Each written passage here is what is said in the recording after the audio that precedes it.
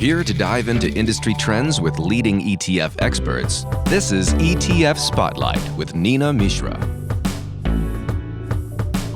Hello and welcome to ETF Spotlight. I'm your host, Nina Mishra. My guest today is Will Ryan, CEO at GraniteShares. We are talking about single stock ETFs, gold, oil, and some other commodities today. Will, welcome back. Great to have you on the show. Thank you, Nina. Great to be back on the show. So I checked the best performing ETFs of 2023 this morning, and on the top of the list currently is your ETF, the GraniteShares 1.5x long NVIDIA ETF, NVDL, which, as the name suggests, provides 1.5 times exposure to NVIDIA. And this ETF is up almost 334% so far this year. And we know that NVIDIA has risen about 200%. And another ETF of yours, which provides 1.5x exposure to Meta platforms, has also done quite well. That is up about 250% year to date. So GraniteShares had rolled out the first suite of these single stock ETFs in August last year. So maybe it is the time to revisit these products. But you had first launched these single stock ETPs in the UK in 2019, and you now offer exposure to over 100 single stock ETPs in Europe. So when these products were approved, we saw a lot of skepticism and criticism, but some of these products have been quite popular. They trade in great volumes, including your ETF NVDL that I mentioned earlier. But we know that these are complex products. These are expensive products. These use derivatives. They reset daily. So let's take a step back and understand these products, because it is very important for investors to educate themselves about complex products and then only invest in such products. So could you please tell us how these products work, how exposure is achieved, and how the leverage factor works? So they work by obtaining leverage by way of a derivatives contract. A derivative contract is most commonly known as a swap, and that's with a investment bank or with a large broker-dealer. And very simply, what the ETF is designed to do is to target a specific amount of leverage to a given underlying. So obviously, in the case of the majority of products that we offer at GraniteShares, those are leverage on single companies or individual companies. And so you'll have the company name typically in the title of the ETF. So in the case of NVIDIA, for example, we're providing that stated amount of leverage, or we're targeting 1.5 times or 150% of the return of NVIDIA over a given day. And that's really the important factor here, because in order to ensure that the investor gets exactly the same amount of leverage every day, the portfolio rebalances at the end of the day so that you start the next day with 1.5 times or 1.75 times or whatever the stated leverage factor is. And really what the strategy gives you, therefore, is pre-packaged leverage on a given stock that people probably hold in their portfolios anyway. And so it's a way to get amplified exposure to a given company without going through all the rigmarole within traditional brokerage accounts and paying extortionate amounts of interest, having to go through all sorts of checks and balances, and ultimately to have an experience which is perhaps clunky, to say the least. So this provides a lot simpler way to do it, but most importantly, for a lot of the investors that use it, you don't have margin, and that's a lot of the times the reason why people lose money with leverage products is because they use it in a traditional way, whether it's via the options market or whether it's via traditional brokerage accounts, and end up being stopped out of a strategy due to margin requirements.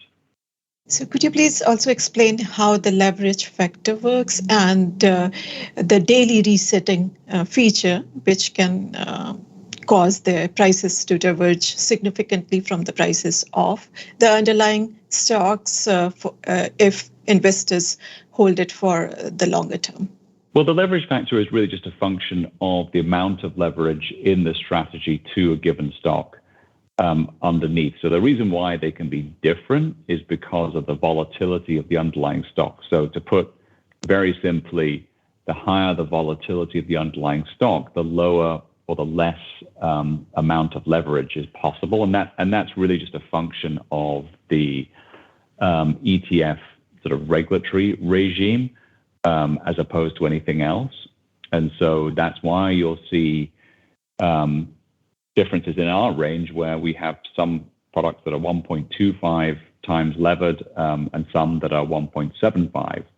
So it just really depends on the volatility. So that's really the leverage factor or the amount of leverage in the strategy. And then in terms of the daily rebalancing, it's really just no different to any other strategy in the market, although other strategy in the market will typically rebalance a portfolio on a quarterly basis or a semi-annual basis. But these portfolios rebalance on a daily basis. And the reason they do that, again, is to ensure that the investor's getting exposure to the stated amount of leverage or as close as possible to the stated amount of leverage every single day. And the net effect of doing that is that you have what is commonly referred to as a compounding effect, because when you rebalance and the market's going up, you're reinvesting the profits from the day before, applying a leverage factor on top of the performance of the stock plus the profits from the next day. And then going forward, that compounds over time. So again, to put it oversimplistically, in a market that's going up over several days, the ETF will most likely outperform the linear amount of increase in leverage on the underlying stock. So for example, if it's 1.5 times and you measured it over 5 days, if the market was going up every day for 5 days, the leveraged ETF would most likely outperform 1.5 times just the stock over that 5 days. And then obviously the converse is true. So if the market's going down, you're compounding down, so that's amplifying losses on the way down. So just that's probably the most important thing to understand with these strategies is there's a daily rebalance, and just to understand how that can work in different market environments. Right. Now, going back to your comment regarding use of margin accounts or options, so we know that there are other ways of gaining these leverage exposure on single stocks, and there are investors who may have access to those kind of strategies, including options and margin borrowing. So should those investors also use these ETFs because they are more cost effective compared to margin trading and options, or is it just the convenience of the ETF wrapper which makes it very easy to trade? Like anything in the ETF world, there's typically a combination of both. So, number one, the ETF creates a solution to a problem that exists. And in the case of something like traditional brokerage accounts, and the margin facilities in that's largely a market structure and infrastructure issue that the ETF solves by providing a much cleaner and simpler way to obtain leverage in a fund or just obtain leverage. And then number two, does it in a more cost-effective way because you get the benefit of having a scale product and a one-size-fits-all as opposed to margin accounts where the amount of interest charged on the margin account can vary depending on the amount of money in account, depending on who the client is, et cetera, and perhaps the term of the loan. But ETFs typically and leverage ETFs are no different. Really solve a problem in the market that exists and typically do it more efficiently and more cost effectively. So now let's talk about the users and use cases for these products.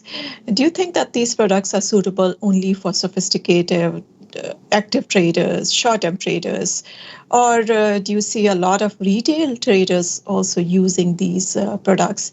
And talking about the use cases, one use case that appeals to me is the use of these products during the earnings season, which can be quite volatile.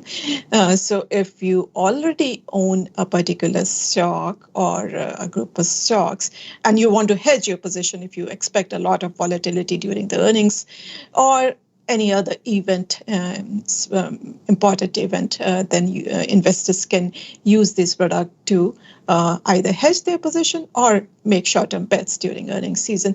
So please talk about users, intended users, and use cases for these products. Sure. So again, just like any ETF, there's a vast spectrum of users and potential users. And just like any ETF or any investment out there, people shouldn't be investing in it if they don't understand what it is. So, number one, people should understand what they invest in. But I think as long as you understand leverage and you understand the compounding effect of how the mechanism operates, then any investor, really, and clearly you might argue that you need to be a sophisticated investor to understand those two principles, which is a fair enough point. But I think it lends itself to any investor who understands leverage, who understands how the product works. Now, typically that does skew, if you're talking about retail investors, it does skew to those that typically are marked or designated as active trading accounts. This is not something that somebody who's a complete novice typically will use. But that being said, you get sophisticated investors on the retail side that use the product going all the way through the spectrum to, a lot of financial advisors use the product that are maybe, what we would class as being active investors, meaning that they might follow technical analysis as the sort of bedrock of their strategy. They might just be active stock pickers and use the products to gain a little bit of extra conviction on stocks that they're particularly fond of, all the way through to some of the most sophisticated hedge funds and algorithmic trading funds in the world that are most likely using these products as part of a strategy to do things like arbitrage versus the stock price of the underlying versus the price of the futures versus the price of the options, and are trading a whole sort of ecosystem of either stock or associated derivative products to make money. So you really have this massive spectrum. And again, just like most ETFs, you have a wide range of users. And within that wide range, they have lots of different uses for those funds. We also know that there's institutional demand, starting to pick up now, where people are wrapping some of the single stock ETFs and existing strategies and model portfolios, et cetera, that again were more tactical or providing particular conviction to a theme or a story. So there's just, we'll figure out, some of the main reasons, but there's probably hundreds of other reasons and ways that people are using the product that we haven't thought of. So talking about the investor interest in these products, do you see a spike in trading volumes and interest during the earnings season? Yes, although I think it's probably fair to say that it's not just the earnings season, it's more around what's happening on the stock itself. And so I sort of refer to it more as enthusiasm for the stock as opposed to necessarily one singular event. And I think it really depends on kind of what the environment is. So this year, as you stated at the beginning, we've seen huge enthusiasm for NVIDIA and the AI story, and hence, the performance of that stock, performance of NVDL has been the best performing ETF in the market this year, along with Meta, which is our FBL, the ticker, the 1.5 times Meta.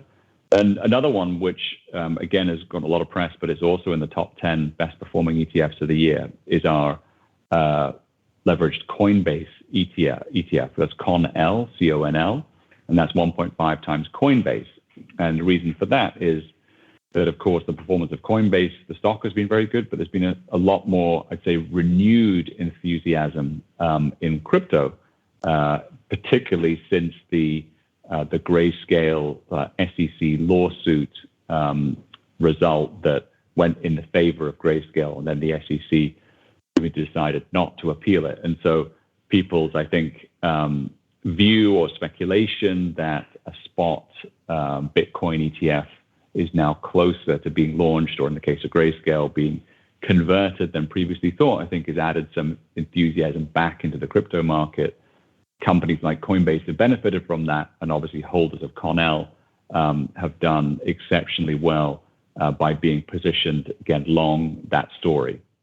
I saw that you recently filed for 32 more single stock ETFs.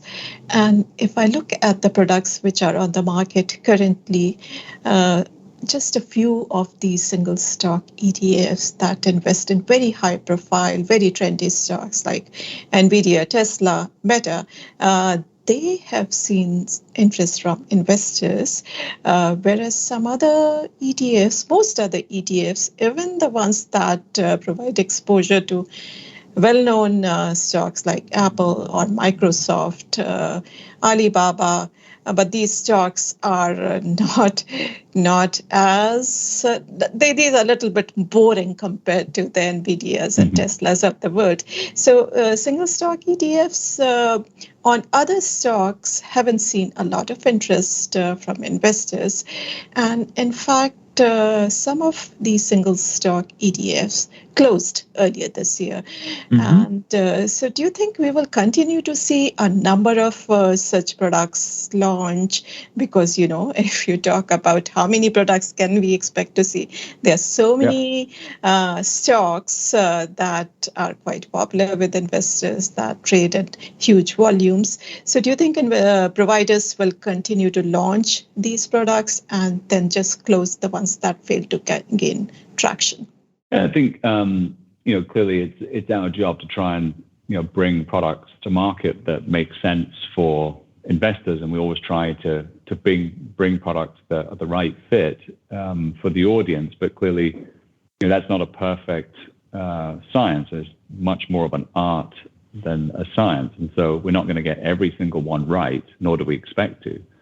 But I think such is the way of the market these days that, if a product doesn't work out, it's certainly not taboo in any way these days to close a product down that's not working, it's not economically viable, and bring something out that people love. I mean, that's just good business and something that we, and I'm sure competitors will continue to do, whether it's in single stocks or whether it's in any other ETF strategy. There's a lot of products that sit there in the market that clearly don't have product market fit.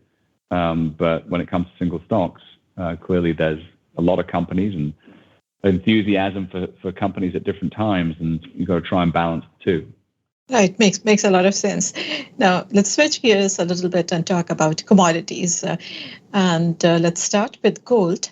You offer a physically backed gold ETF, ticker symbol BAR. This is, in fact, your most popular ETF, has close to $1 billion in assets. So gold rose almost 8% in October. That was its best monthly performance since March, and in March it had benefited from the banking crisis.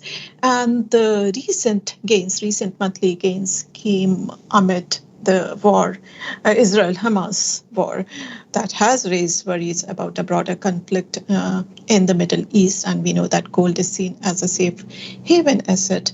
Earlier this year, gold had underperformed because of the surge in yields and the strength of the US dollar. So where do you see gold going in 2024? I think that the trend for gold is very positive for 2024. So, I think I was on another one of the podcasts, just a couple of days ago even, and I was asked if gold could hit 2,000 by the end of the year, and I said yes. And here we are today, and gold has hit 2,000 again. And so that's obviously on the futures price. So we're back there again, $2,000 an ounce for gold in an environment where we have the highest interest rates that we've had for decades. So how can that be? Well, one part of the answer is what you just talked about, which is there's some geopolitical risk premium in the price, and clearly that has started or escalated. I'm not saying that the Russia-Ukraine war was completely, but there's elevating geopolitical tensions, whether it's Russia and Ukraine or whether it's Israel and Hamas, and that has certainly been supportive of the gold price. But what's really pushed us over 2,000 is the collapsing narrative around interest rates going forward, inflation, and more importantly, for those that follow gold, is the dollar. And so with yields falling and the dollar falling, you have an environment which has lifted gold back above 2,000. I think if we think about going forward, and particularly think about next year, if we're talking about a recession, a possible recession here in the States, then almost certainly you can think of an environment where in that you would have falling yields, falling dollar, and now a fear or another sort of risk factor being introduced, which is the fear trade or the fear premium, by people really getting nervous about the market, nervous about credit defaults, and therefore a flight to quality you could imagine taking place in something like gold, which historically has always happened. So I think gold here is positioned really well. I don't see yields going up from here in a way that would really damage the gold market. I think the market more broadly sees an environment where yields are going down. And in that environment, the dollar also is weakening against gold and potentially into a recession where you could see increased demand for gold from a safe haven perspective. We have seen a lot of interest in Bitcoin also this year, and that is also amid rising odds of approval of a Bitcoin ETF that you mentioned earlier.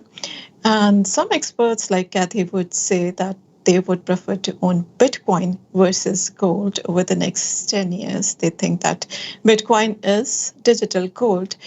So what is your answer to that kind of argument? Well, I mean, I think that there's not really a right or wrong. It's just somebody's opinion. And clearly, there's a lot of people that love gold. There's a lot of people that hate gold and don't own it. And that's always been the case. That's what makes a market, is you have differences of opinions.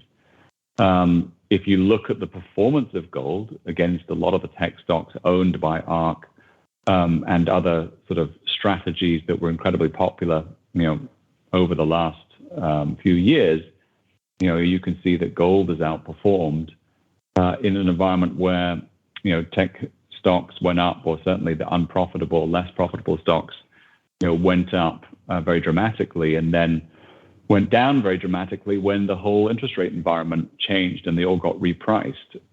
So who's to say what is going to happen over the next decade? But one thing I know about gold is that, gold for the most part, and I think the way that most people think about it, is it's a permanent piece of real estate in a portfolio. It's a form of insurance. It's a safe haven.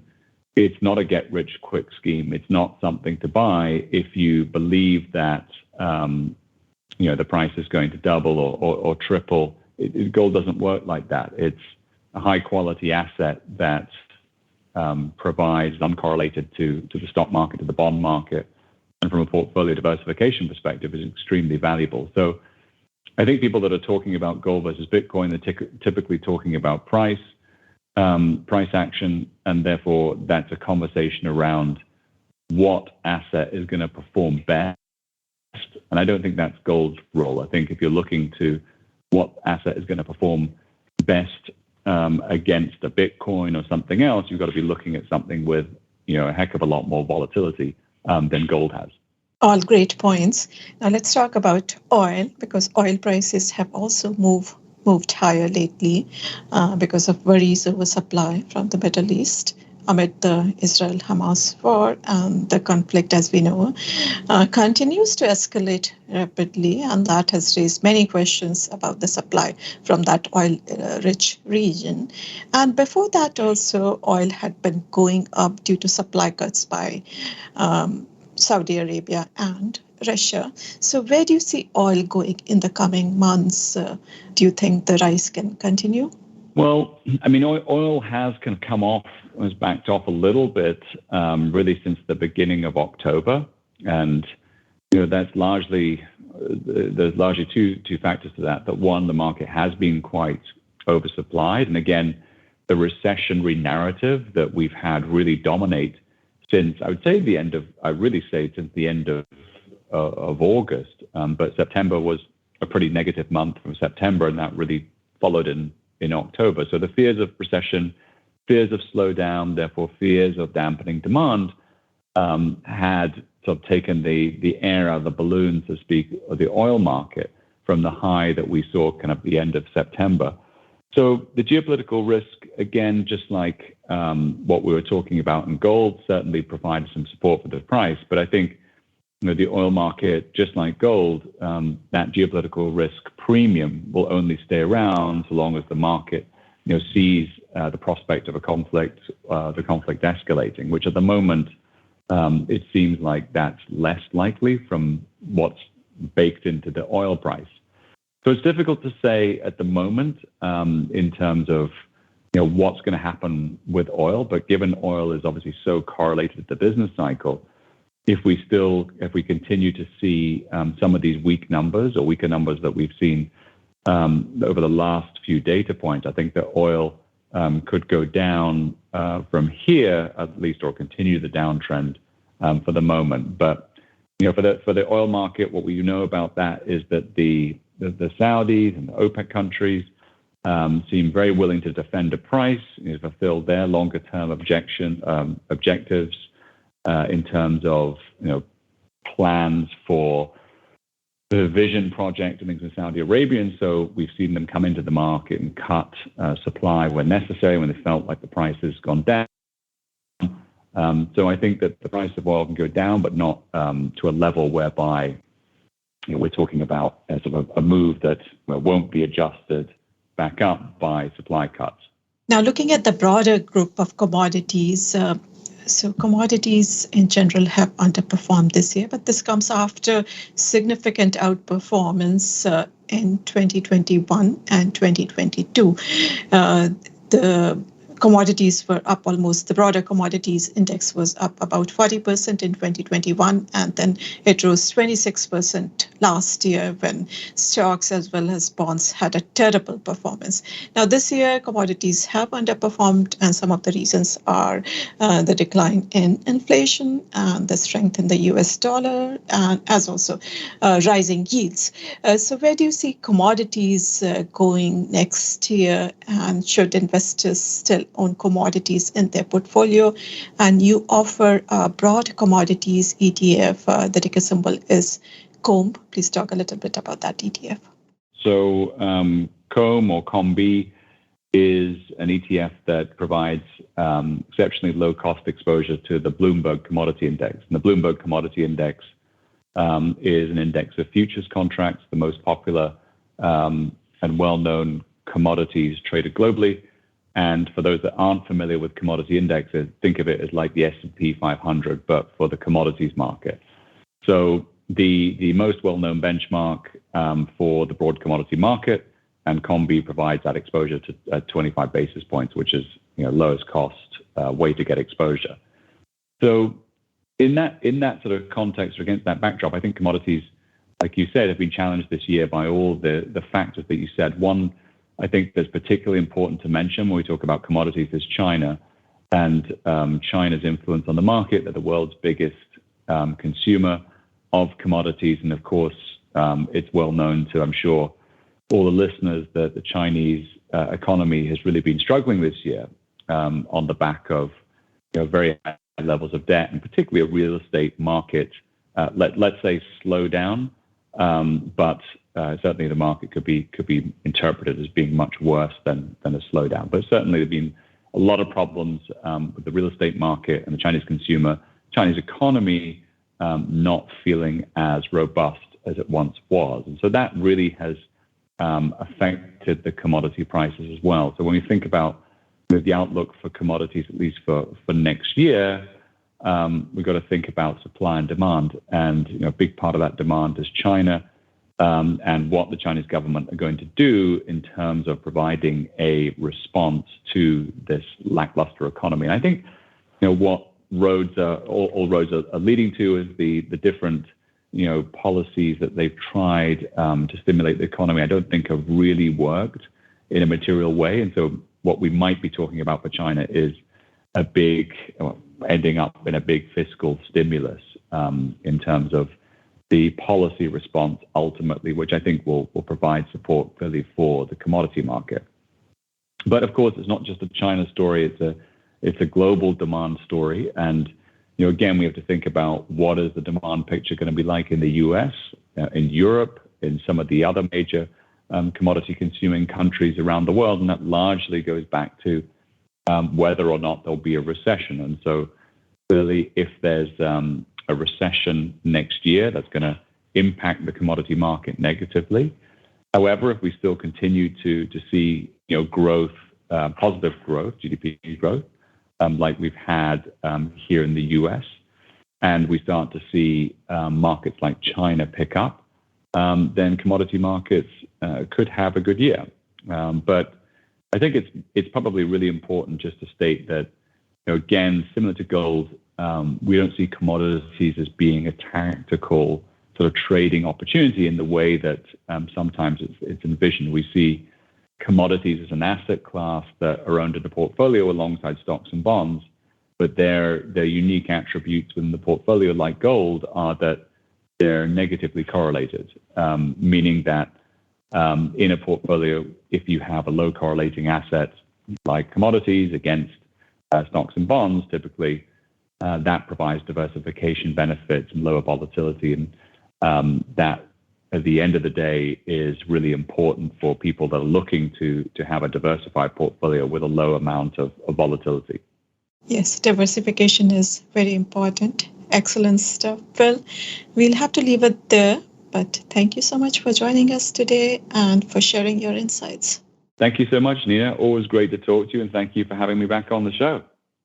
That was Will Rind of GraniteShares. Now, let's recap some ETF tickers. But before that, I wanted to emphasize that these single stock ETFs can be very useful as short-term tactical vehicles, but these are risky products and these are not designed for long-term investing. They are suitable only for high conviction investors who can monitor their positions daily. Now, the ETFs that we discussed, the one which provides 1.5x exposure to NVIDIA is NVDL. The one on Meta is FBL. The most popular ETF, single stock ETF, is by direction. It provides 1.5x exposure to Tesla, and the ticker symbol is TSLL. We talked about gold ETFs too. GraniteShares gold ETF is BAR. There are two other gold ETFs that I like, and they're very suitable for long-term investors, ultra cheap. iShares Gold Trust Micro ETF, ticker symbol IAUM, and Spider Gold Mini Shares Trust, ticker symbol GLDM. These charge just 9-10 basis points. Now, about commodities, the GraniteShares commodity ETF that we talked about is COMB. Another ETF that is really popular in the space is by Invesco, and the ticker symbol is PDBC. Thanks for listening. If you like our show, please make sure to subscribe so that you do not miss any episode. You can find us on any podcast platform and also on our YouTube channel, Zacks Podcast. And on our YouTube channel, you can find this podcast and all other Zacks podcast. If you have any comments, questions, or suggestions, please email podcast@zacks.com.